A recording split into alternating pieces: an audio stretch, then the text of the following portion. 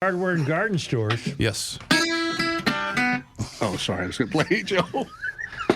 Fratelloni's Hardware and Garden Stores brings you Garage Logic podcast number 1050. Ooh. April 5th, 2023. 85 degrees on this day in 1921. We'll be returning to 1921 in just a moment. 12 degrees in 1979. And 2 ice outs on this day, April 5. Minnetonka went out in 1895 and again in 1930. Now, the nightly newscasters, of course, are in the business of selling you climate hysteria. We've never had tornadoes before, and California's never had deep snow before. But here's a little oddity for you that I noted today because I read the paper. Read the whole paper. On this day in 1921, here in the area, the record high was 85 degrees. On April 14th and 15th in 1921, the record was set for the greatest 24-hour snowfall in Littleton, Colorado, and Silver Lake, Colorado, 75.8 inches. So here you see it was real warm here. Oh, I see. And then a week later, it's the Clipper. You got a swings down, Calcutta swings up, inside. What year was that, Joe? I'm sorry. 1921.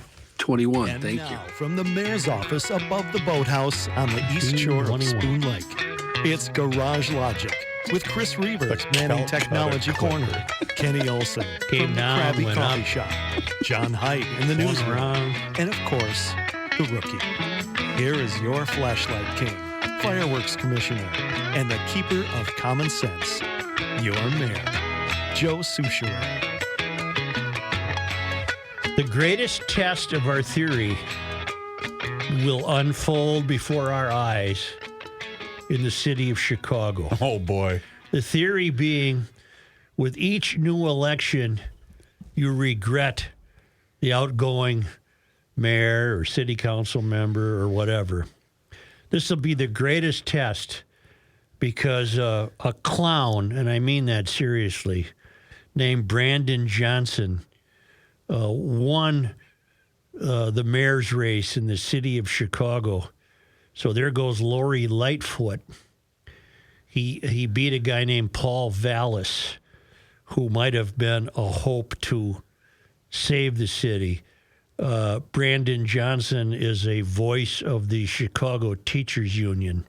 Who doesn't believe in cops? Doesn't believe in cops and believes looters shouldn't be locked up.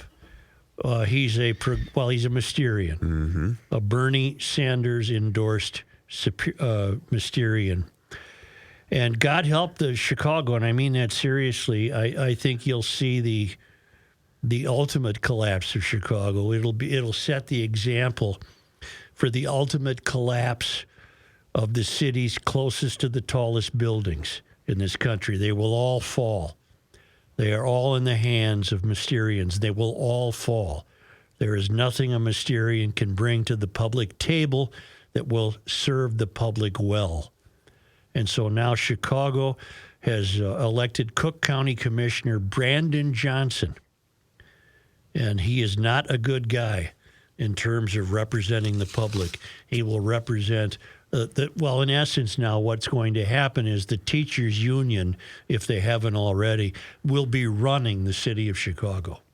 What could go wrong there? Much. Much. What I thought of reading this was, who's going to end up replacing this guy? Well, that's the game The we're playing. downward spiral that city is going through. Because this guy won't be left enough to somebody else. And I have that's absolutely the truth. Yes. Lori Lightfoot was not left enough for the 31% of the people left in the city of Chicago who actually vote. How can you have that? 31% How can you of have? the people in Chicago voted. So what are you to explain this? But that's how this idiot got elected. Because 68.5% of the people Didn't vote. Didn't bother voting. Lori Lightfoot, there's a strong chance that Lori Lightfoot's absence will be regretted. Oh, God. That's how bad this guy is. That would be amazing. Yeah.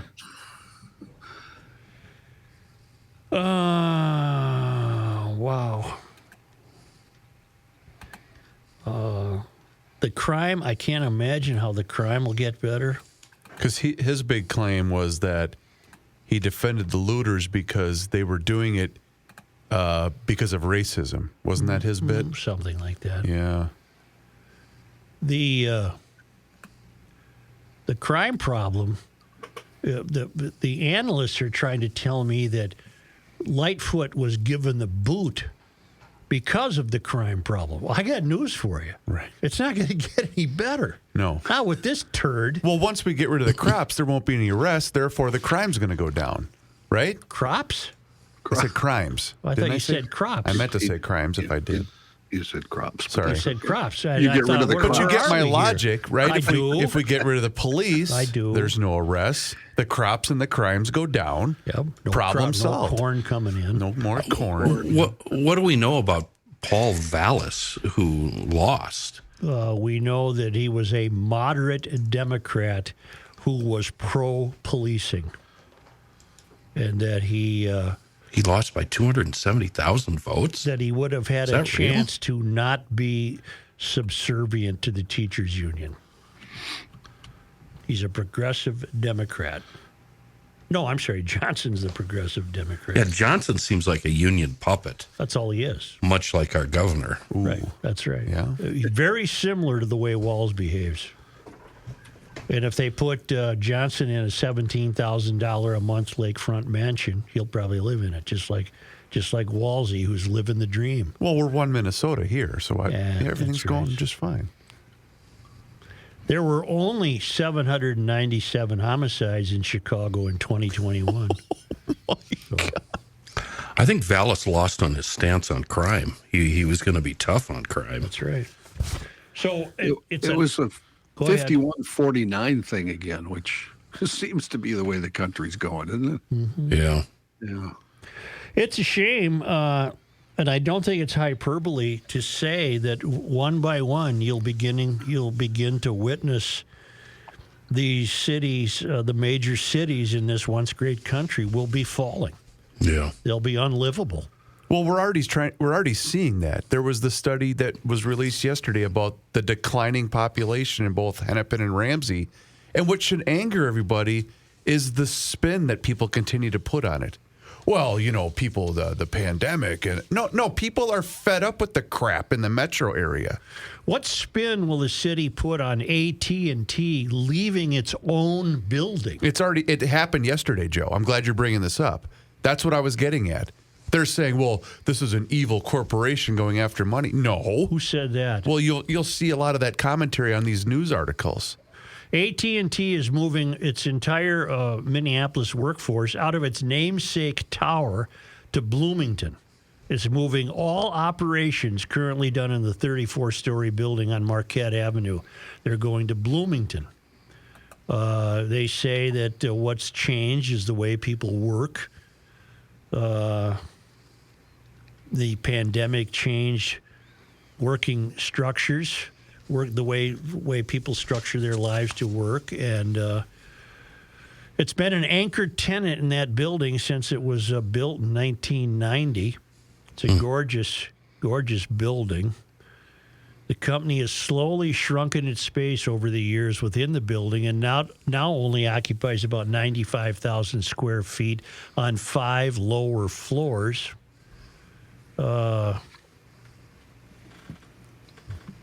They're right-sizing. They're not downsizing. They're right-sizing, according to them. And they're moving to a different space because of the way they do business. Well, that sounds like a legitimate reason. But go deeper, though, than that, fellas.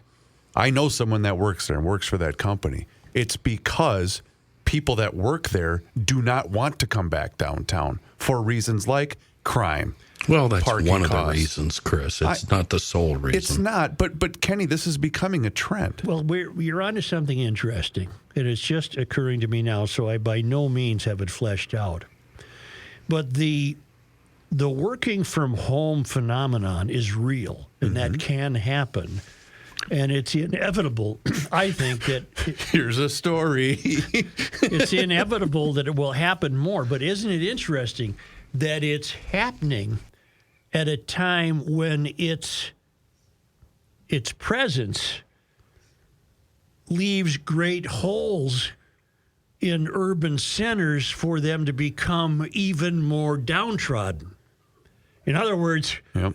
the once bustling urban centers may very well be fated to no longer be bustling urban centers, and not just because of crime, but because of technology and what have you has enabled people to create entirely different ways of working. That, combined with their absence from the once bustling urban centers, will leave the urban centers a hollowed out hole on the landscape where things will become more dangerous. Yep. Yeah, that makes sense. And it's happening. But I mean, in the case of AT&T employees, it's simple to. I mean, how many of these employees, they leave at the end of the day? They get there in the morning, they park in a parking ramp, they stay there all day. If they go anywhere, they use the Skyway for lunch, and then they go back to work. At the end of the day, they leave. How affected by crime are they? I think in a once bustling downtown, the AT&T workers would have probably gone to a bar or a restaurant, or maybe gone shopping, Stayed at in town for a Dayton's, show. or stayed for a concert, or said, I'm not going to go home yet. I got tickets to the Twins game, and I think this is where the crime aspect comes in. It's true that technology is allowing people to work remotely, so that's a given.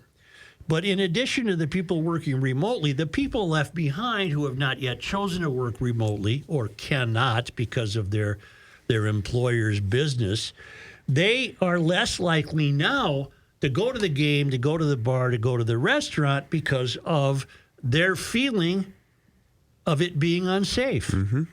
The feeling of being unsafe will only increase the more people leave town to work remotely. I remember working in the heart of downtown, and this upcoming week, which is supposed to be, was one of the best to be downtown.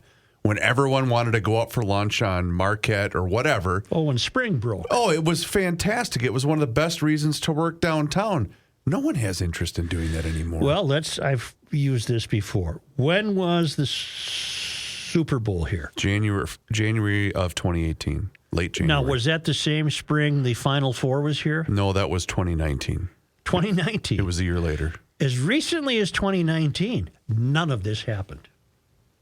As recently as 2019, Yeah, downtown Minneapolis was bustling. it was.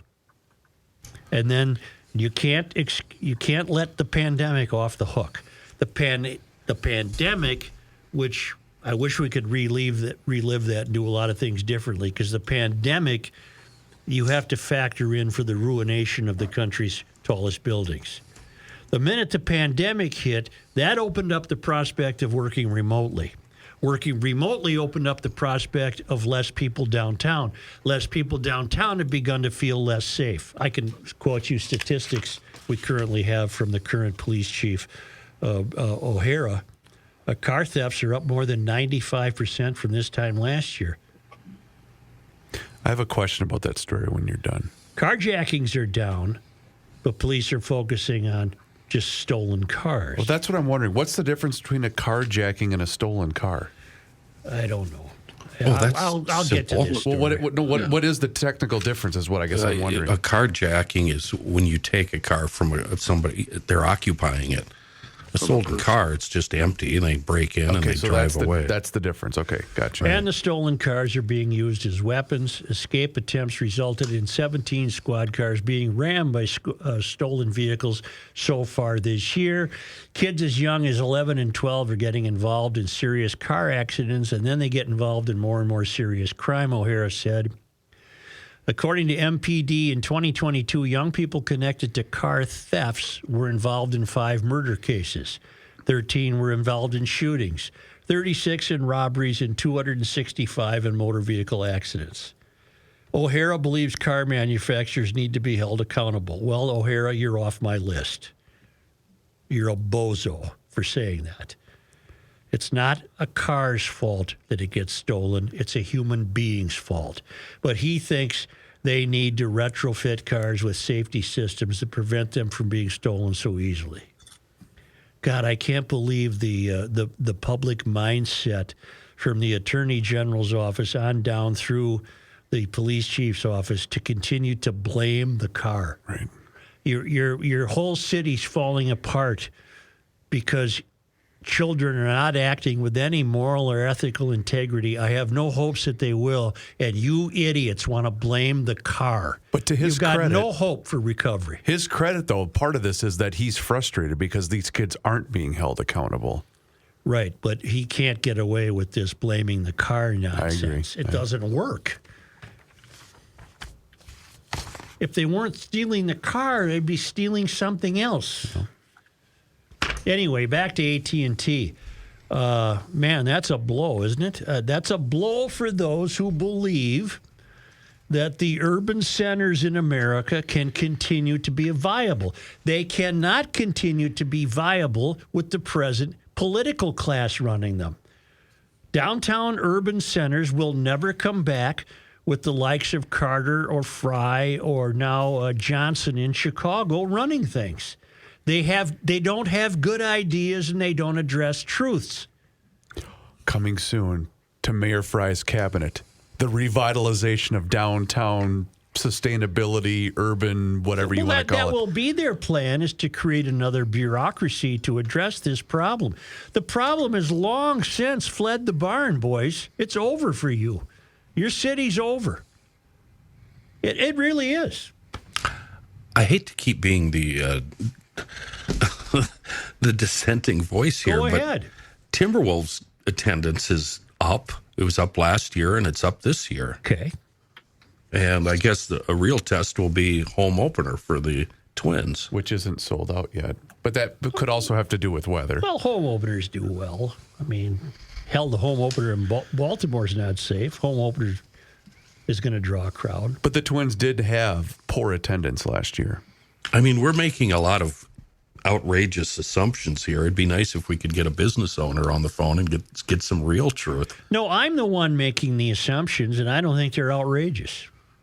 When you factor in the decline of moral and ethical integrity in this country, it's not an illogical leap to conclude that downtown centers are done. They're done. There's no way to control it, especially when you have people in power who want to blame inanimate objects for crime. Well, that you have a solid point there. There's no arguing that. I'm sorry, Ken. Go ahead. I was just going to say the Twins attendance actually, Chris, was up 500,000 Was last it? year. I thought we talked about this at length. I thought it was down last year. 1.8 million. The year before was 1.3 million. May I add this proviso? I'm correct. Or may I add this caveat? I hope I'm wrong. Yeah, we all do. We all do. Say 60 degrees in the forecast for this weekend. Yes. And that means get to EcoFun in Forest Lake. You know why?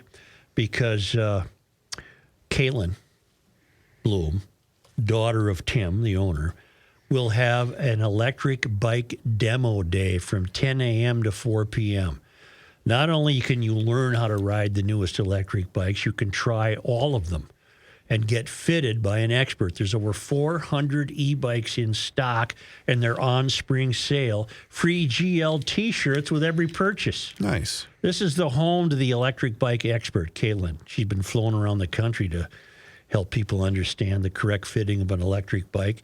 The spring will be here Saturday. It'll be festive. They have a full showroom of scooters and motorcycles ready to ride or take home. They have great specials on 2022 models left in stock. The Yamaha RMAX 1000 two-person and four-person side-by-sides are $2,000 off this month, plus 5.99% financing for 84 months from Yamaha. 4 left in stock at the Forest Lake store on Highway 97, just west of Interstate 35, and in Burnsville on the County Road of Life. the Garage Logic County Road of Life near, Service Road of Life near County Road 42. Well, it'll be a festive day Saturday. Beautiful weather and a day-long hosting of an electric, think of it as you're going to electric bike camp. All day Saturday, you can go to electric bike camp. Do we get lunch? At EcoFun in Forest Lake. That's ecofunmotorsports.com.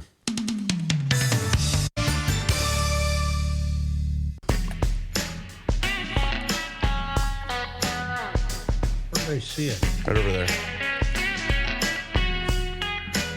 Is that his cylinder index or his golf score? Either way, it's a big number. Here's Joe Souchere. The sun came, it got light today, and DK Mags opened up its doors at 10 a.m. with a full stock of the most modern firearms and ammunition. They can take special orders on whatever crazy thing you're looking for. If it's hard to source, you're having a hard time finding it. For number one, check the website, see what that brings you, and then always call DK Mags. Get their number from the website, dkmags.com. Give them a call, because what they have in stock at the store isn't necessarily on the website. So you've got to make that call. I've had a couple of buddies that have been looking for firearms, couldn't find them anywhere. They got on the phone like they're old timers, and voila, or Viola, I mean. DK Mags had them in stock. They also have a pretty dandy on-site gunsmithing staff, so they can handle your issues. They have the buying power of a large business, but they're just a small little shop in New Brighton. It's a small town local feel there. I love that. And if you're new to firearms, DK Mags is your joint. If you're considering your first firearm purchase, DK Mag's the place to go. It won't be overwhelming for you. Somebody will walk you through the process and help you out. Fair pricing, quality firearms, and a fantastic staff. DK Mag's, Old 8 in New Brighton, and on the web, dkmags.com. Say, in fairness to Chief O'Hara in Minneapolis, he does acknowledge that there are no consequences for these kids who steal. He says the cops bring them in and they're released immediately and then back out into the same environment. No services, no accountability, no nothing. And the next thing you know, they're in one of these cars again, he said. So he's frustrated by that. He nevertheless blames Kia and Hyundai as he would like that problem taken care of. I'll never get to the point where I can blame the car. But even if the car had a big sign on it that said, this car was designed to be stolen, take it. I still wouldn't excuse the car. Right. But he did have another quote, too, which I can't believe he said out loud, about bringing the kid to mom and grandma. I didn't see that. In which I would like to see that. In which the mom and grandma said, well, I'm helpless here. I can't control my child.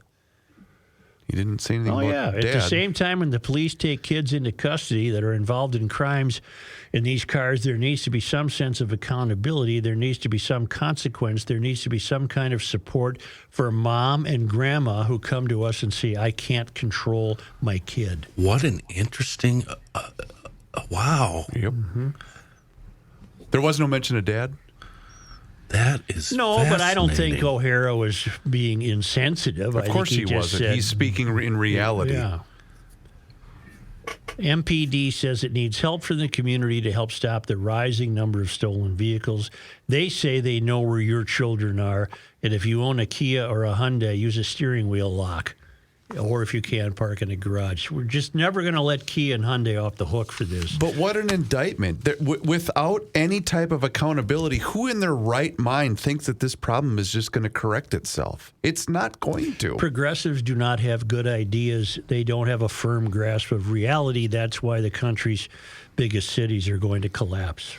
They don't have good ideas. They're not smart people. Chris, their minds aren't fully developed as minors. True. That's 25. You got to be 25. Morality said that. Yeah. Well, we've got a runaway DFL who's doing nothing about this. They've come up with more tax increase proposals. I saw this. Yeah. I'm now outraged because this affects me. Twin Cities Metro residents would pay Did I say out live on the air that a live player would win the Masters? You Or said is it that off before the we air? started recording the Well, show. I want the public to hear that. Okay. A live. Can you imagine the unimaginable wealth those Arabs might have promised to a live player who wins the Masters? This is one of those hard left turns and a And what does stolen this Kia. have to do with DFL and I'll taxes? get back to it. I'm going to make a link. Yeah. Because to me, it's the greatest sporting weekend of the year. That's Okay. how much I like the Masters. Yes. All right. Where was I? Yeah. Property taxes. Something about the DFL. And Yeah. taxes. Oh, that's right. Yep. Twin Cities Metro residents would pay more when they shop under a plan at the state capitol designed to fix what advocates say is an affordable housing crisis. The proposal implements a 0.25% sales tax hike in the region, which includes Anoka, Carver, Dakota, Hennepin, Ramsey, and Scott counties. A tax estimate expects it to generate nearly $200 million a year by 2077. Oh, we could cover another food fraud with 200 mil. Well, and most of which, seriously, would be just be squandered maintaining a bureaucracy. Most of that funding would provide aid to local governments to assist with housing development, but would also funnel 25% of those revenues to a rent voucher program for those who need the most help, which supporters say would be transformational for low-income Minnesotans. So, the answer is just increase the taxes. And that rent voucher program that started with the pandemic has also been wrought with fraud. Oh, of course. What about that 18 bill nest egg we're sitting on? No, that's been spent. Yeah, we That's got already rid of spoken. that gone. already. Sorry. That's That gone. got stolen so fast it made your head spin. That's gone. All right. Okay. Sorry. Housing is a crisis. Okay, it is. And the way it's going to be solved is to forget about developing a sense of propriety, forget about developing a sense of worth. Let's just continue to tax people who cling to a job, wring them bone dry for more money, and then build homes for people who have had no upbringing in terms of learning how to appreciate such a thing. Most of the public housing in this country has been wrecked. And the one way to solve that is for people to have a better sense of self-worth. And they're not going to have a better sense of self-worth if everything is being handed to them. Mm-hmm. That doesn't work. But I don't have to earn anything, Joe. I can just get it handed to me And by I the sure as government. hell don't trust the schools. They're completely failed. No offense to the few GL teachers who hang on by the skin of their teeth, but the schools are all utter failures. They've demanded more and more money. To what end? That hasn't worked. But this is more of a recent The liberals trend. are lousy idea people. They have no ideas. That's where I was going. This recent idea by the DFL to cure homelessness. We're going to raise your taxes. But when did this become the government's job? Oh, that's been the government's job for 60 years. It has been? Oh, Okay. yeah. Okay. Sure. Where do you think Kirby Puckett was brought up? In a housing project in Chicago. Yeah. And he was proof that you can survive that. You can come out of that with a goal in mind and create achievement for yourself. Sure. But it's harder and harder. You know what? It'll really. Here we go back to the beginning of the show. You think I've lost track? It'll get harder. Again, let's say the public housing is centered as close as possible to the urban core. Well, then the urban core is full of public housing with really nothing to back it up. No. And so that will even hasten the demise of the urban centers. Putting people in these ugly Soviet-style boxes that are called apartments. Boy, do I have a grim outlook on the future. Thank God it's really not Thursday do. today. I really have a It's grim negative outlook. Wednesday. I have a grim outlook. Can anything turn me around? But it's hard not to, in all honesty. Well, when I go through the news, I got a good note. Oh, you though. know what, though? For God's sake, Royce's turning on the DFL. They're losing Patrick, for God's sake. All that means is instead of voting twice, you'll vote once. Right. No, what was his line to you? Well, you said you're still going to vote federally. Oh, hell yes. Yes, yes. Yeah. It's not locally. They're losing me locally. What is the Biden administration doing?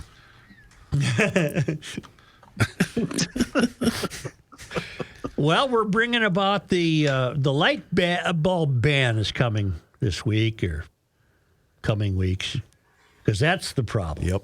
You know, we're going to have a light bulb ban. Boy, are we poorly led, no matter where you look. By the way, the Trumper, he goes into court. Do you know when the next time he goes back to court? Only because you told me. December. Yeah. This is never going to end. It'll never end. Yeah. But you said this to the town council before. I think it's worth repeating.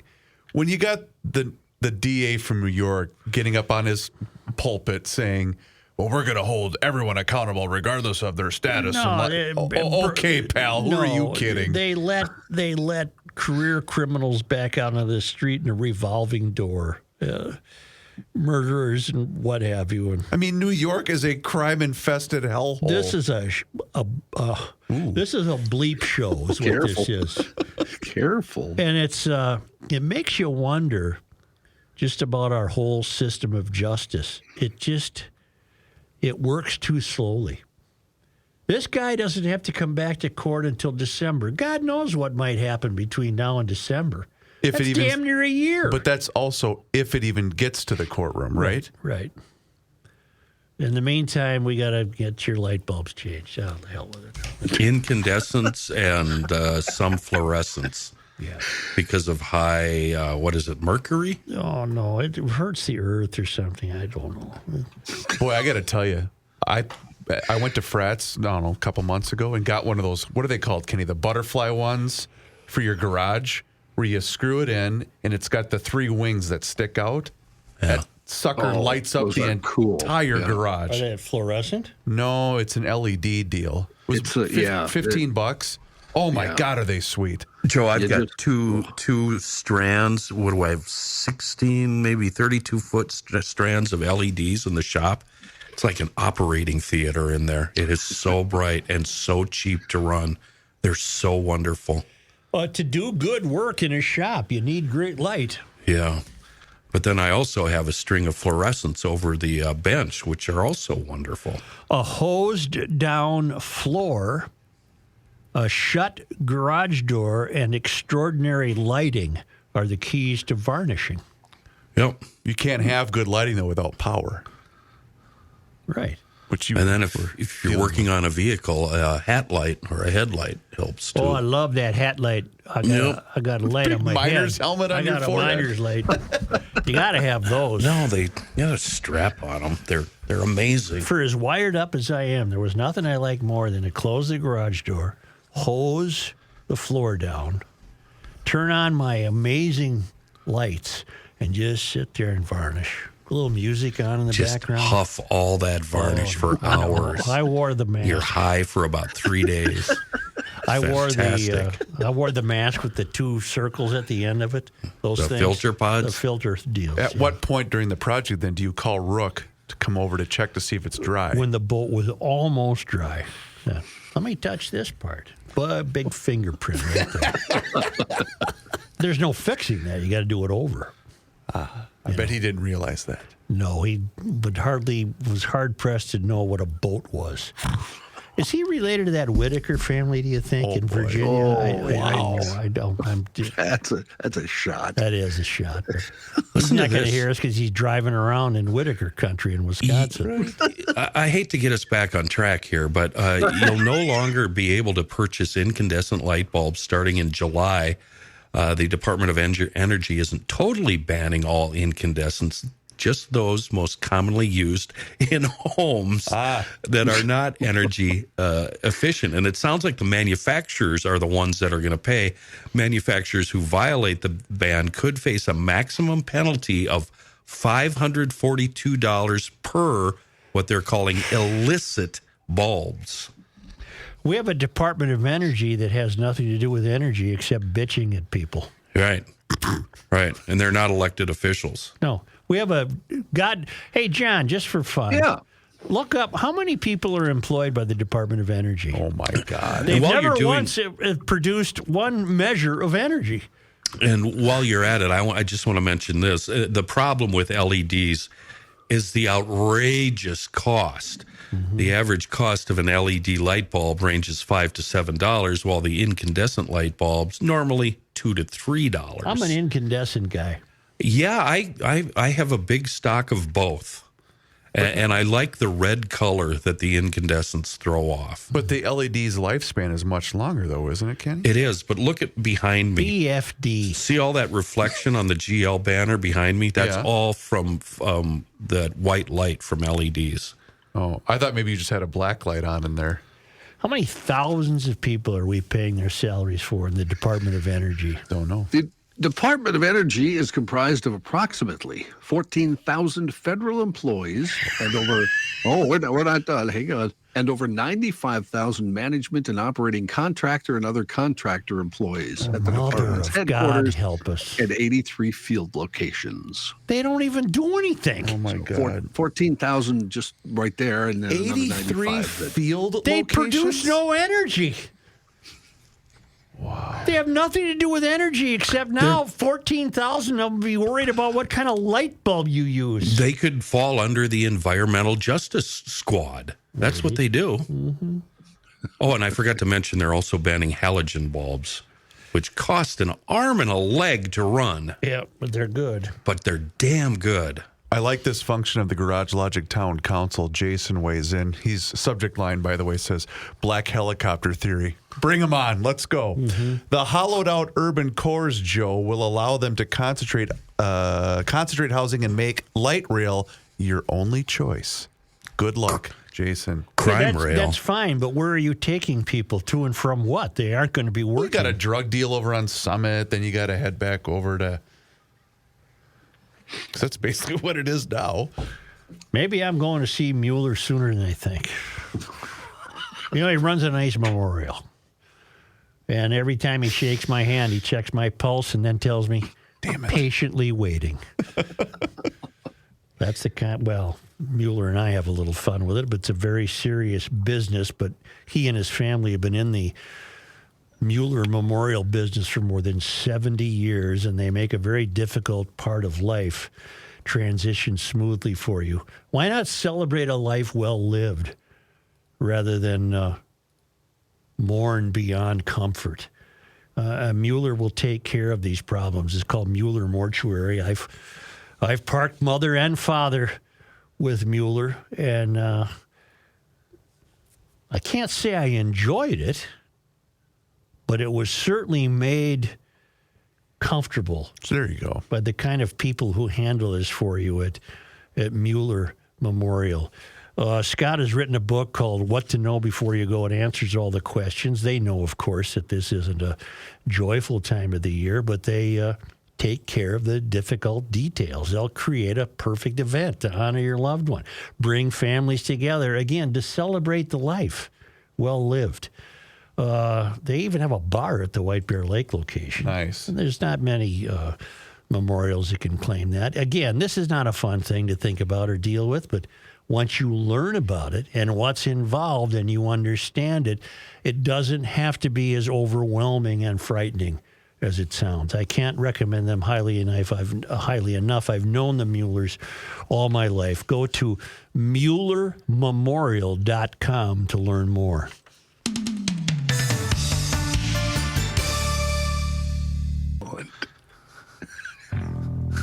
It's the end of the world as we know it, and he feels fine. Joe Souchere. Yeah, you already know this, right? That was a nice kiss there, wasn't it? You already know if you want the best lawn on the block, you've got to go with ProfessionalTurf.com. If you want the best looking landscaping, or if you want to maximize your living space, your outdoor living space this summer, you also go with ProfessionalTurf.com. They can work with you and come up with something really cool, and they'll show it all. They'll show it all right to you ahead of time, right away. It's amazing. Digital photography, imaging software, the whole deal. You'll look at a full color brochure of what your yard could be. They specialize in pretty much everything related to the outdoors: trees, shrubs, beds, rocks, sod, concrete pavers, stone, water, ponds, waterfalls. What's on your mind? Call up Professional Turf and tell them, and they'll get you set up. The best lawn in the neighborhood and absolutely amazing outdoor environments. It can all be yours at professionalturf.com. Before we get to John, something just crossed my mind I meant to mention the other day. Did you see where Dr. Jill Biden thought it'd be a good idea my God, if yes. Iowa also went to the White House? Yeah. No, Jill, they lost. Right, that's not how it works. But see, that's how it works with the Mysterian. You're right, yep.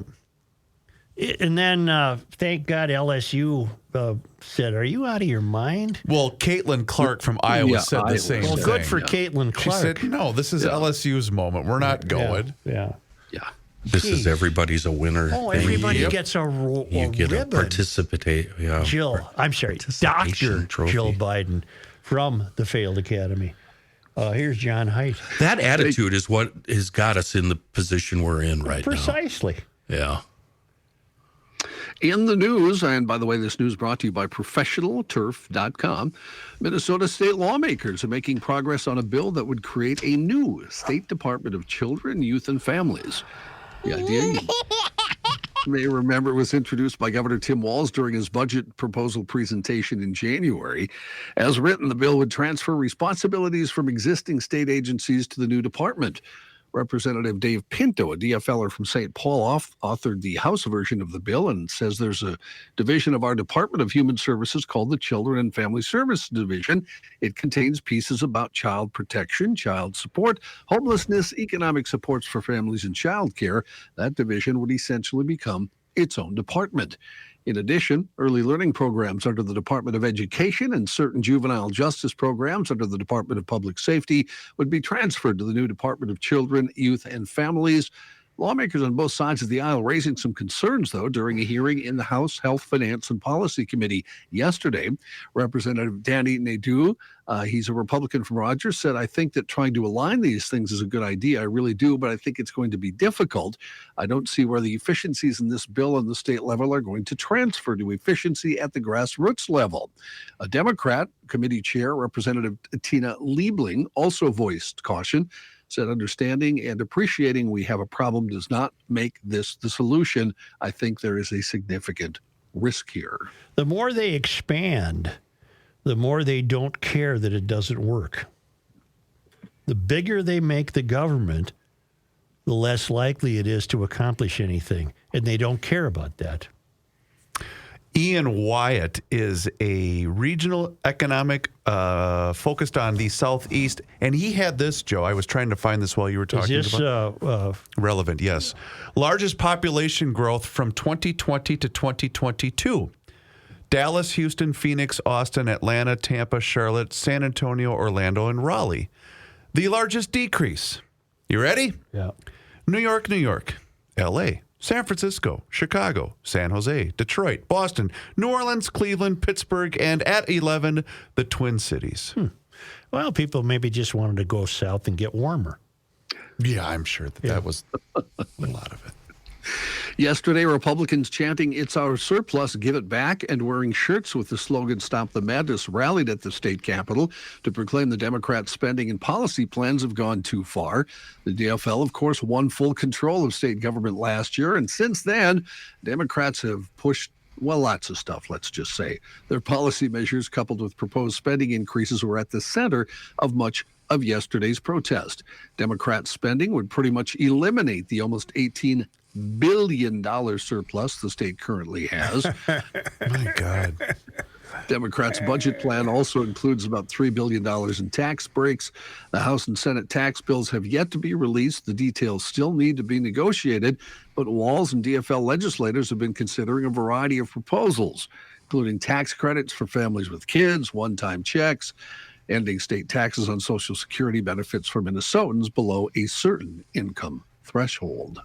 And here's why this is because when you go grocery shopping, you have an option. of either buying something or not, or having an alternative with a cheaper price. Okay. Here, we're just effed. Well, the Because if voters have spoken. Well, okay, some of them have. Hennepin County basically gets to decide who's running the entire state, as exhibited when King Walls didn't even bother to campaign outside of the Twin Cities.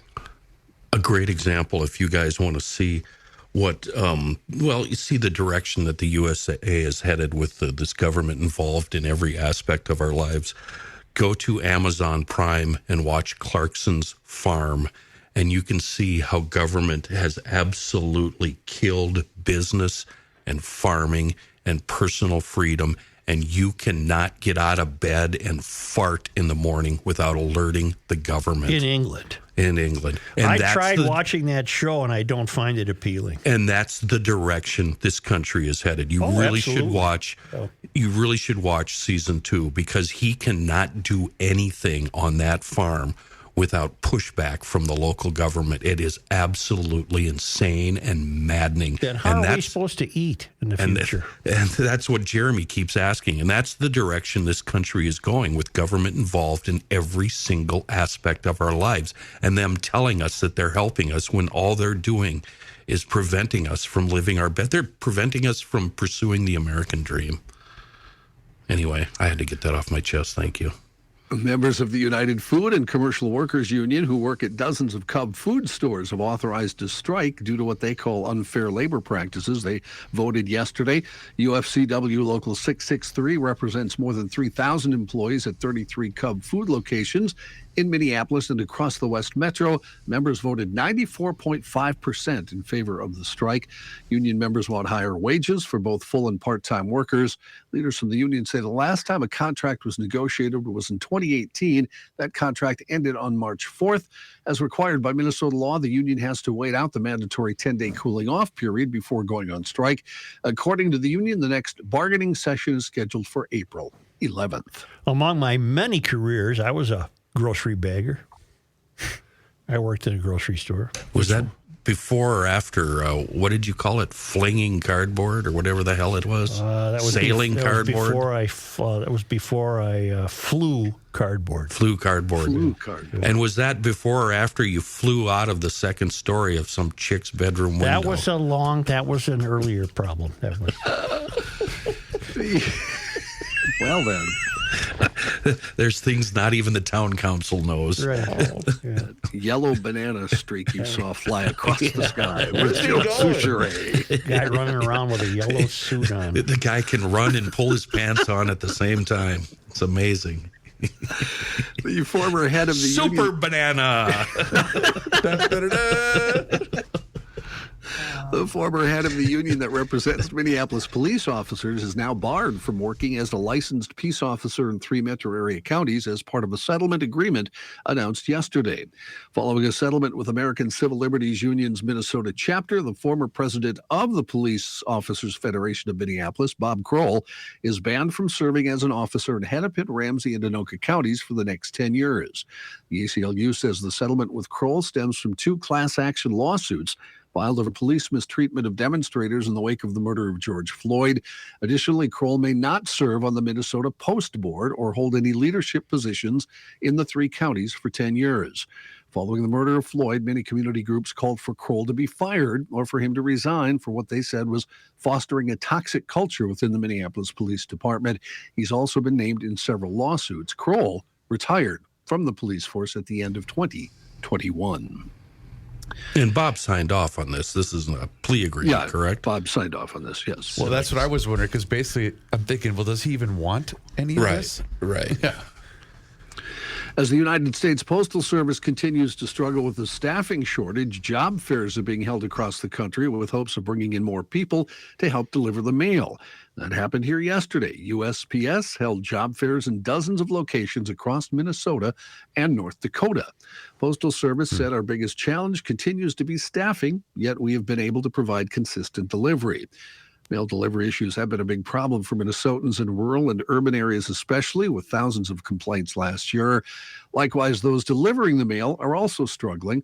The president of National Association of Letter Carriers, Branch 9 in Minneapolis, Joanne Gilbaugh, said letter carriers are working more than 12-hour shifts, 6 to 7 days a week. Gilbaugh said there are about 120 letter carrier positions available in Minneapolis alone. The Postal Service said they're looking to hire over 850 new employees across Minnesota and North Dakota. That would be a great gig for people. Why not do it? I came out of one of those mini Targets the other day. Mm-hmm. And two guys, maybe they were 17 or 18, said, "Hey, sir, do you have any spare change?" And I said, "No, I don't have any money." And it did not occur to me, I wish it would have, to say, why don't you get a job? No, Don't, Joe. No, you keep your yappers shut. Yeah, They were polite young guys. No, you don't. To the point where I almost think they were doing a bit. Yeah. Joel, just take Kenny and I. Take right. our advice. Go be a mailman. Nope. You'd be better off peeking in garages on your walk down Summit. Yep.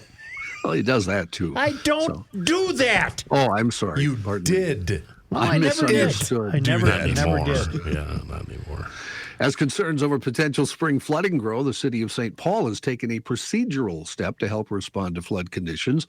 Yesterday, the city declaring a local flood emergency that allows the city to move resources more quickly to protect residents and infrastructure from Mississippi River flooding. Officials say it'll allow the city's emergency management personnel to request and coordinate help from other areas, including the county and state, and it ensures the city will qualify for reimbursement if a federal declaration is issued. Currently, the National Weather Service forecasts up to a 50% chance the river in St. Paul will enter the major flood stage, with a potential crest trending toward the week of April 17th. We'll have more news right after this, after we hear from Mr. Reavers. Thank you, Johnny. And I'm here once again for my friends at Hofferman Water. You got to talk slowly. Independent water treatment dealer. Joe, I only have 60 seconds to tell you how can do great it. Hofferman Water is. And they are proud supporters of the Garage Logic podcast. Thank you very much for your support, Hofferman Water. Listen here, you might be in the market. Well, now's the time, because spring tends to heat up activity over there at Hofferman Water. So get yourself a new system from Connecticut right now, because it's so much better than just your average water softener, because it's going to cut down on your salt usage, but it's also going to protect your appliances. So you could be thinking about a new water softener, an iron, rust, or odor filtration system, or maybe you just want a brand new drinking water system. Well, Hofferman Water's got you taken care of. So do this. Call them today, 952-894-4040. That's 952-894-4040. Or look them up online, HoffermanWater.com. Go to their website, and you can see every option that they will have for you, HoffermanWater.com. I had my Connecticut system installed years ago. It's made an amazing difference in the quality of my water, and I know that you will be happy if you decide to make the switch. Hofferman Water has been proudly serving the state of Minnesota for over 50 years. Please tell them that you heard about them here on the Garage Logic podcast.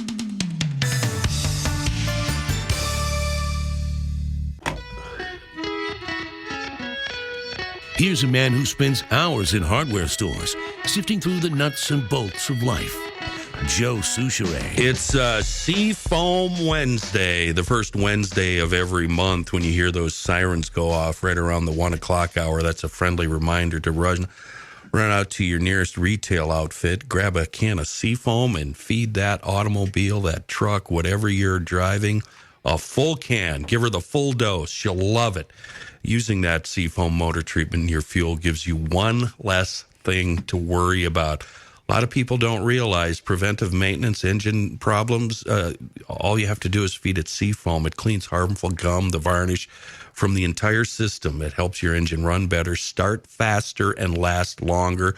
And it works the same magic on all your cylinders. I don't care if they're big, small, diesel, gasoline, race gas, 1-lunger, 12-lunger, 8-lunger. They all love Seafoam. It's the ticket. And you can find it everywhere. And the true believers, we always keep an extra can in the vehicle. Truly a wonderful product in a world of bad gas. Seafoam. Lunger. I've never heard that, Kenny, except as a tuberculosis description. Oh, one lunger. Yeah, that's what we call very single common. cylinders. Very yeah. common. Really? Yeah. Yep. I'm not a car guy. That's okay. That's okay. If Matthew would have said that, we would have jumped on him. But you're an all right guy, John. Say, I know this is completely out of the blue and not prepared to talk about it, but have you followed, however, peripherally, the case of the now gone Eden Prairie basketball coach? Yeah. There's something about that story strikes me as terribly disingenuous. The people lined up against him, I think, are having to work really hard to pretend they're offended. Oh, none of this surprises me. But how? Yeah, I agree with Joe. I don't know how. Well, never mind. No, they're seriously, really I'm working curious. hard to be offended. This guy apparently was telling his team, watch what you write on social media. Yeah, exactly. And he said, for example, don't use this, and he used the N-word. He said, never use that. And, of course, they use this as an opportunity to hold him in contempt. How can that be offensive? I don't understand how people can be offended by that. So I guess we all are in agreement, but like I said, none of this is surprising to me. Is it to you guys? I'm with Reavers. Nothing's surprising me anymore in the failed academy. You just light the smallest bit of grist and you have a big fire. And it's typical that this would happen in the failed academy. The people complaining about this guy you're working too hard to be and a bunch of black players left the team and said, we don't feel our values are being upheld. You know what? Go bleep yourself. You're working way too hard to be upset here. Because he said the word, or because he said don't say that word? In saying don't say that word, he apparently used the word. Okay, can I play what if? And then if? they go out after school and turn on a rap station and listen to it 50,000 times. That's my what if. What a bunch of BS. Let me ask a question. What if the coach would have been black and he would have said that? I don't think he would have had a problem. That's my what if. Yeah. And the reasons for, we're seeing this with a lot of professions now. This is why a lot of people don't want to coach or be involved in coaching. It's because of situations, not to this scale, but situations like this where any little thing that they do or say is going to be used against them. Was he trying to be provocative? No, I don't think none so. whatsoever. No, well, if he was going to have that speech, he should have known better. Well, but how careful do you have to be in the failed academy? That he would have been better off not giving the speech. Here he's trying to help them, saying he's expecting something from them. Why don't you guys really watch it now on social media? Let's not go down that dark road. Which a lot of coaches do. And in an effort to help protect their players. Here's an incoming Massachusetts school superintendent who won't get the job because in an email he referred to women as ladies. Oh, you can't. And that was considered a microaggression. He's got a case. I would be on the phone with lawyers. He has a case there. I read the whole thing. That's all he did is just say ladies. I'm anxious to join you or whatever. And they said, well, you can't call us ladies. These people are this country's doing a real fine job. China, you don't have to do anything. No, we're all imploding. just going to be curled up here in about 2 seconds. We're imploding. You know what it is, and we've talked about this a million times. You have the lunatics here, the lunatics here. The rest of us are right here, but we're never listened to. We're not represented. We're just being yelled at from both sides. Right? We're being shouted down from both sides. Anyway, let me see. Where were we in the news? Let's go with, I was going to go with Donald Trump, but I better not after that, huh? In a historic election, the liberal judge Janet, and I practiced this, I didn't practice enough. But apparently you didn't practice it hard enough. Janet Protasewicz won her race for a seat on Wisconsin Supreme Court yesterday. Her win will flip the ideological balance of Wisconsin's highest court, which had been controlled by a conservative majority for 15 years. Elections and democracy observers called this election the most consequential election of the year, with redistricting, election rules, and abortion rights at stake. The race pitted Protasewicz, a Milwaukee Circuit Court judge and a former prosecutor, against Dan Kelly, a former Wisconsin Supreme Court justice who has ties to election deniers and the far right. The race smashed campaign finance records for state judicial elections, drawing more than $45 million according to Wisconsin Political Analysis. Wow. Massive contributions underscored the stakes of the race. Kelly was a bit less than gracious in his concession speech, saying, "I wish in a circumstance like this I were able to concede to a worthy opponent, but I do not have a worthy opponent to which I can concede." So Sour grapes. it's you know. Yeah. Joe already mentioned this in a surprise victory for progressive organizing and the future of police reform effort. Chicago voters elected underdog former education organizer Brandon Johnson as mayor, beating back moderate Democrat Paul Vallis, according to the Associated Press. Johnson beat Vallis, a centrist, former budget and public schools chief, despite Vallis's tough on crime messaging, which resonated with moderates and white voters in Chicago. It's over for Chicago. The coach's name in question at Eden Prairie is a guy named David Flom. And the reason I brought it up, and now it's occurring to me, is that he made the news again last night. I can't remember which channel, but he apparently is going to run, as he has for a couple of summers anyway, a basketball camp for the kids of Eden Prairie. And this has given his detractors another reason to step forward and pontificate about how he wronged their values and how can we possibly have this guy. And I just thought, you people are a bunch of phonies. You're trying. This has "he didn't play my kid" written all over it. You know what I'm saying? I do. This is just a bunch of BS. This guy's getting hoisted for no reason whatsoever based on what I've read. A large tornado tore through southeastern Missouri today, causing widespread destruction and killing multiple people as a broad swath of the Midwest and South braced for more storms that could spawn additional twisters and hail. The tornado touched down before dawn, moved through a rural area of Bollinger County, about 50 miles south of St. Louis, according to Sergeant Clark Parrott of the Missouri State Highway Patrol. He said it caused multiple injuries and multiple deaths. He said a search and rescue operation involving multiple agencies is underway and that crews have had to use chainsaws to cut back trees and brush to reach some homes. The patrol posted an overhead photo of the damage, and it is severe damage. If you've seen those pictures, showed uprooted trees and homes that had been reduced to rubble. Justin Gibbs, a National Weather Service meteorologist, said the tornado touched down around 3:30 in the morning, remained on the ground for roughly 15 minutes, traveled an estimated 15 to 20 miles total. That'll lead the nightly news, and we should all be very hysterical. Well, Johnson, 30 deaths. You get tornadoes in the spring, and that's unfortunate that people died. People are now living where tornadoes have been going through for thousands of years. It's one of my greatest fears, an overnight tornado. Yeah. Johnson & Johnson has proposed to pay almost $9 billion to resolve tens of thousands of lawsuits it faces in North America that claim its baby powder and other talc-based products cause cancer. The healthcare giant said it still believed the claims were specious, but it was hoping the new settlement offer would help conclude the legal battle.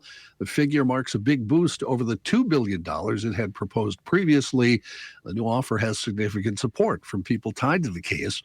The company is facing more than 40,000 lawsuits from former customers who say using its baby powder caused cancer, including some who allege the product contained cancer-causing asbestos. For Baby decades, powder, is that? Can you still buy it? Is it in the stores? I believe they got rid of it in America last year. Let me see. Sales ended globally last year. Baby powder was all over our house for the last 40 years. Well, I never personally used it. You weren't dumping that in your underpants No. twice a day? Doesn't seem right. I didn't. It's another humid one, huh? Times when I might have, but there It's a wasn't. hot one today. Hey, baby. Powder? For decades, scientific studies suggested moderate drinking was better for most people's health than not drinking at all and could even help them live longer. Why not? Well, not true. No, they changed this now? Yeah, a new analysis of more than 40 years of research has concluded that many of those studies were flawed, and the opposite is actually true. Really? The review So you found should that drink heavily. No, you shouldn't drink at all. Oh, The review found that the risks of dying prematurely increase significantly for women once they drink 25 grams of alcohol a day. That's less than 2 standard drinks.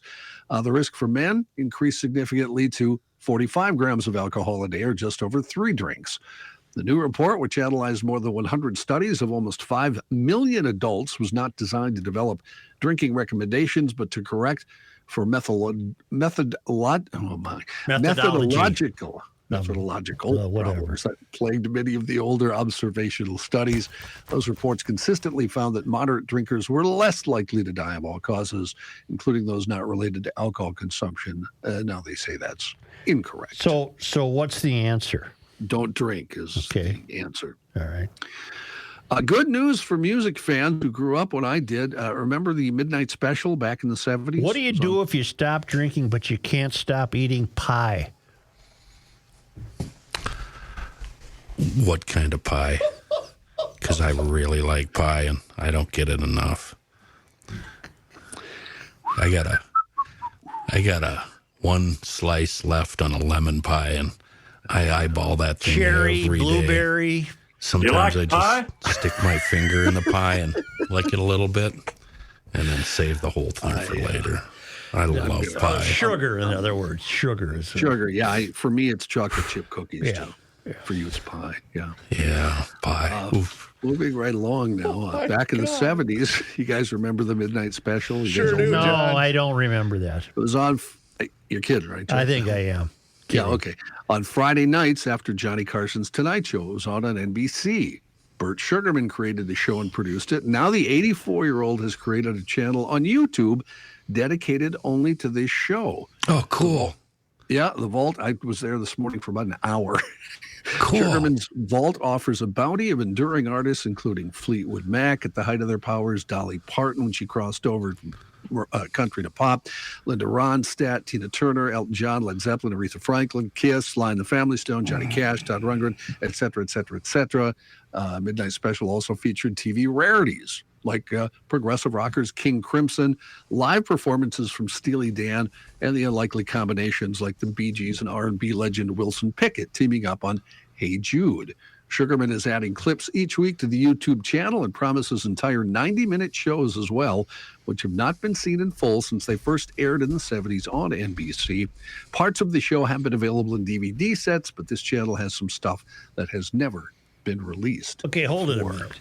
Yes, sir. When was the Midnight Special on network The television? 70s. And it followed the Tonight Show? On Fridays, yes. Just on Fridays? Yes. Yeah. Just on Fridays. I remember the term Midnight Special. I can't remember watching the show. Oh, God. It was. Oh, yeah. Mom and Dad actually let me stay up for that. Wow. The beauty of it was all live performances. There was no lip syncing or anything like that. Huh. And everybody was on it. With the advent of videos, wasn't it replaced with what I think was called Friday Night Videos? I swear there was a show called that. I believe you are correct, yes. Yeah. I think the Midnight Special wrapped her up right about the time MTV came around, or maybe a year before. Yeah. And from there, Friday Night Videos became a thing. That and the other one, that NBC had the Midnight Special, ABC had Don Kirshner's rock concert.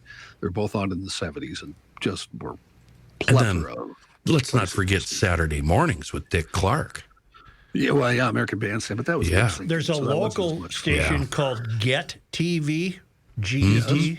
Mm-hmm. Why wouldn't a show like Midnight Special go to that as opposed to having to watch it on your computer screen? Didn't you just cover that? It's licensing? I would think, Bert probably can make a lot more money doing what he's doing now. Plus, he, like I said, I have a box set actually of Midnight Special stuff. But it's different than this. It's not whole shows. It's just single performances. So he's licensed all that. And so I'll be damned. If you want to get outraged about something, get outraged about the fact that we can't watch WKRP in Cincinnati because of music licensing reasons. But wait. They changed that now. They changed that. They did. Well, who's got that? What channel has that? In fact, the box set I now have has all the music restored as of about 2 years ago. I want to watch marathons on TV or the internet. I can't find it on the internet. I'm unaware of it on the internet. I don't know what to tell you. John, that must have just been a conversation you and I had then one day, because John and I talked about that very thing a few months ago. Yeah, a couple years ago they settled and paid up for whatever. I hate to keep referencing the Rockford Files, but the people who appeared on that showed up in so many different places. The other day, Mr. Carlson was on. Yeah. You know, the boss of the WKRP. Mm-hmm. Yeah. All those 70 shows dealer. are good for that. Yeah. WWE, that's the wrestling folks. Sure. And the company that runs Ultimate Fighting Championship will combine to create a $21.4 billion sports entertainment company. New publicly traded company will house the UFC and World Wrestling Entertainment brands. The company's put the enterprise value of UFC at $12.1 billion and WWE at $9.3 billion. They haven't named the business yet. It'll be led by Endeavor CEO Ari Emanuel. Vince McMahon, executive chairman at WWE, will serve in the same role at the new company, and Dana White will continue as president of UFC, and Nick Khan will be president at WWE. $21 billion. Billion, yeah. With a B. For what? Do what now? UFC and Oh, WWE are combined. WWE, Yeah. yeah. Boy, that's a lot of money. Now, we don't have sidekick in a can, but we Thanks, have Joe. host in a can at We this got point. host in a can. Mall of America is adding another furry friend to its canine unit, and it needs help naming him. Oh, God. The newest security team member is an 8-week-old Dutch Shepherd and Belgian Malinois mix. It's a very pretty dog. He will spend the next year training before officially joining his coworkers. I got What a do name they for do it. I got a there? name for Are it. they therapy dogs? No, they're police It's a dogs. canine. Oh, canine. I got a name for it. How about we call it, since it's the Mall of America, how about we call it unsupervised youth causing crimes dog? Too long of a name. Okay. I have one. Uh-huh. Shithead.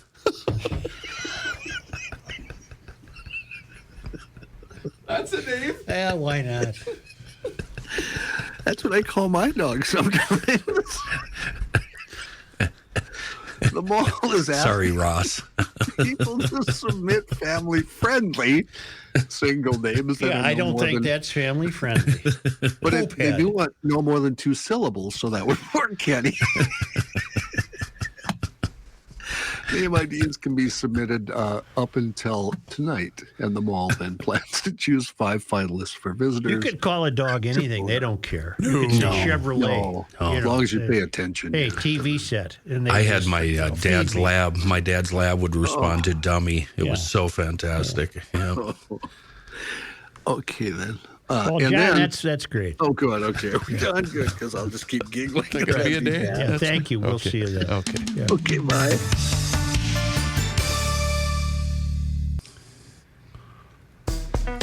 You cannot stop him. He'll just make a move. Joe Souchere. I don't care what the meteorologist or Such or any of you weirdo 21st or nutheads think or say. I'm calling it. Winter ends Saturday morning at sunrise. It's going to be in the 60s this weekend, 70s next week. It's over. It's time to get serious. Get into Tri-State Bobcat. Check out a Toro zero-turn mower. You do it right now. You can take advantage of their big sale on the Time Cutter and the Titan zero-turn mowers. Previous year models, 42-inch, 60-inch, discounts anywhere from 10 to 20% under promo pricing. If you like mowing fast, if you like a nice, neat lawn, you will love a Toro zero-turn. I'm serious when I tell you it'll change your life. It'll take hours off your mowing time. If you want to think about next year, if you're already planning ahead for next year's space management, Tri-State also the place to go. They can get you into a Toro snowblower. Spring sale still going on the Toro Power Clear, their single stage blowers, or the Power Max 2-stage snowblowers. Best deal of the year right now on Toro snow blowers. Get into any Tri-State Bobcat. And for that matter, if you're down in O-Town, Mankey's Outdoor Equipment in Owatonna, now part of the Tri-State family. So everything we say about Tri-State and the Twin Cities also available down there. And be sure to tell them you're a GLer when you stroll in. When you swing open those doors, make the announcement, I'm a GLer, and I'm here for a good deal. Little Canada, Hudson, and Burnsville, and everything they sell and rent on the website, tristatebobcat.com. The publisher of the 1936 novel Gone with the Wind has added a trigger warning to the latest edition. So if you go to the bookstore now and buy a copy of Margaret Mitchell's Gone with the Wind, it'll say This book contains racist depictions and content that may be hurtful. Boy, they better not read this in Eden Prairie. That'd cause them all to have a lot of grief. I hope they don't read American history in the starting in the 1600s and advancing all the way through the early 1970s. The text of the book remains true to the original in every way and is reflective of the language and period in which it was originally written. We want to alert readers that there may be hurtful or indeed harmful phrases and terminology that were prevalent at the time this novel was written and which are true to the context of the historical setting of the novel. Pan Macmillan believes changing the text to reflect today's world would undermine the authenticity of the original, so has chosen to leave the text in its entirety. Good. This does not, however, constitute an endorsement of the characterization, content, or language used. Okay, it's a story of a Southern belle and her daughter, and Scarlett owns the farm, and they have a lot of problems. Is Scarlett not a likable person? No. She is vapid and irritating and squeaky and money grabber. And I've never actually read the book, Such, but I've seen the movie a million times, and it's a great movie. But they actually took some of the stuff they shot that was in the book and took it out of the movie because they considered it, even in 1939, controversial, particularly the way that Scarlett treated her slaves. Vivian Leigh was Scarlett. Yeah, great. You know when an actress makes you hate the character? Yeah. She's a really good actor. Who played Nurse Ratched? Because I hate her to this day. I hate her to this day. Yeah. Who Louise was she? Fletcher. Louise Fletcher. Right. Yep. She might be a sweetheart, but You the nurse. What were you going to say, John? That warning, Joe, I have seen in several books and is extremely prevalent in reprints of comics from the 50s and 60s. I Yes. don't read comics, so I'll have to avoid that. I will avoid that. I wonder if they throw that out in front of Sanford and Son, boy, because when Aunt Esther dropped the N-word, old Kenny wasn't ready for that. And that was the early 70s. It's no longer acceptable to depict the time in which something was depicted. Right. It has to unfortunate. represent. Yeah, it has to represent our current values. What was that silent movie that was so bad? Birth of a Nation. Yeah, Oh, God, yeah, it's awful. yeah. I've watched. But that just might have been a lousy movie. Well, Birth of a Nation is considered one of the best movies ever made in terms of cinematography. Yeah. That's what I meant, I guess. Same thing. Same thing. I didn't know Vivian Leigh was British. Yeah, hell of an actor. Clark Boy, Gable. I hated her. He died at the age of 59? Yeah, he did some hard living. Wow. Yeah, the making of that movie was a real cluster too. Boy, they went It through won 8 writers. Oscars. It won 8 Oscars. Yep. They went Including through Best writers, directors, producers. It was a disaster. And Hattie McDaniel won an Oscar as the first black American to win an Oscar for her performance. Resulting in her being hated by some people. Probably. Well, I guess Did if she you go have by to- it, you got to watch out for the warning. Didn't she have to? I shouldn't say. I'm not sure. I'm going to look it up. But I think didn't she have to be seated someplace else? Of course. when she won the award. At the Oscars? No, that happened with jazz singers I and don't blues get it. singers and Billie Holiday and Ella. I can and- honestly tell you I don't get it. Yeah, it How doesn't make they any could have sense. behaved that Okay. way, I don't get it. It makes no sense. Makes no sense. It I don't never get it. has. And it still goes You on. know what? Hattie would have been really cool if she marched up there and got it and then just threw it on the floor. Dropped it. Yeah, the hell with you people. Only because they come to us. From where? Boy, that reminds me, you saying that reminds me of Marlon Brando and the Native American guy. And then I stupid thought he John. sent a gal out. Yeah, Gal. I'm sorry, It was a Gal. And then stupid John Wayne lashing out at that. She actually couldn't attend the premiere of the movie because it was held at a whites only theater. Oh, for God's sake. And at the Oscars, she had to sit at a segregated table Isn't on the that other something? side of the room when she Isn't won that the Oscar. amazing? Isn't that I amazing? wish she would have gone up there and given the bird. But she didn't. Who was it that was playing at the Hollywood Bowl? Was it Ella and Marilyn? What's her name? Monroe. Yeah. Was there every night in the front row, just to help prop her up and to keep her. It was actually at a club. It wasn't it was Hollywood Bowl. It was a club, and Marilyn Monroe showed up every night in support of Ella. Yeah. Yeah. Only because they come to us all the way from Marloth Park in Mpumalanga, South Africa, from the traveling laments at worldwidewaftage.com. On this day in 1830, April 5th. the first work of fiction set in Minnesota, a collection of stories about fur traders and Native Americans called Tales of the Northwest, was published in Boston. The author, William J. Snelling, was the son of Josiah Snelling, for whom Fort Snelling was named. Wonder if we need any warnings at the beginning of that. I bet you do. Go west, young man. On this, that wasn't Snelling who said that. On Who this was it? day in Forrest Greeley. On this day in 18, Got it. No, that's good. On I'm this- impressed. Go ahead, Joe. Please. Yeah, Joe. Please continue. on this day in 1852, Minnesota went dry. The citizens of the territory approved a prohibition bill by a vote of 853 to 662. What? Approved a prohibition bill. Well, by 853 to 662. The measure, which would have outlawed the manufacture and sale of alcoholic beverages, was declared unconstitutional in November. Oh, that didn't take long. On this day in 1876, April 5th. the Bohemian Reading and Educational Society of McLeod County ordered a set of Czech readers. The society would meet regularly for more than 60 years, usually in Bohemian Hall, located near the towns of Silver Lake and Hutchinson. See, the Czechoslovakians got around there, Red. On this day in 1904, 4-5.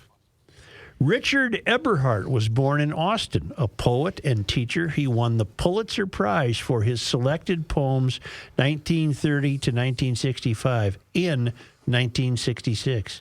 I've never heard of him. Me neither. Richard Eberhardt. On this day in It's a 1929, long list today. a tornado killed 3 individuals as it moved from Lake Minnetonka across to Minneapolis and Fridley and into Chisago County. What year? So that was on the ground for a while, huh? 1929. It moved across. Across, it said. Crossed. Yeah. No, I did that. The word is across. I made the mistake. Hillbilly. It's Yeah. a battery. Wonder if it crossed any creeks. Yeah. And finally, on this day, Joe, today is April 5th. in 1937, the People's Lobby occupied part of the state capitol while demonstrating for a depression relief bill. This was followed by a drag queen performance. 200 protesters heckled legislators and spent the night in the Senate chamber. And that's it for On This Day in Minnesota History. Fantastic. Thank you. Thank you, Joe. Thank you. GLers, do us a favor if you wouldn't mind. Please subscribe to the Garage Logic YouTube channel because we are posting daily content there for your amusement. You can also follow us along on all of our social media channels that include Facebook, Twitter, Instagram, and if you haven't done so, sign up for the Garage Logic Town Council because there, for just $10 a month or $100 a year, you get all the behind-the-scenes nonsense and interactions in between breaks. And if you sign up right now, you will get a $10 Fratelloni's Hardware and Garden Center gift card where you can get some new flowers for Ma. Huh? Okay, see you tomorrow.